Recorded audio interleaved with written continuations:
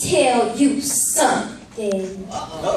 I love Jesus. He is up high above, and I'm grateful. I'm faithful. All the love and glory you give all. It feels good to be loved by someone who cares. We praise and praise and praise, and you just keep blessing and blessing and blessing, and I'm grateful. I'm faithful. You just keep forgiving me and forgiving me and forgiving me for my sins. I regret for disobeying. I learned a lesson to listen for my blessing because it's coming.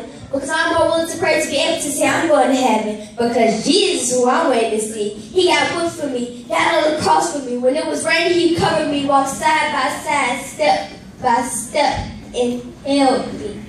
God was my best friend forever. We went to church together, told each other secrets. God will love me and always will.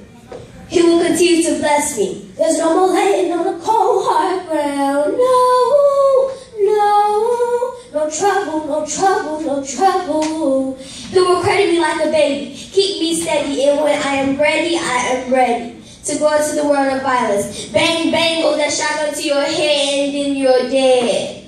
But if you would have stayed with Jesus, he would have helped you instead. That's that peace.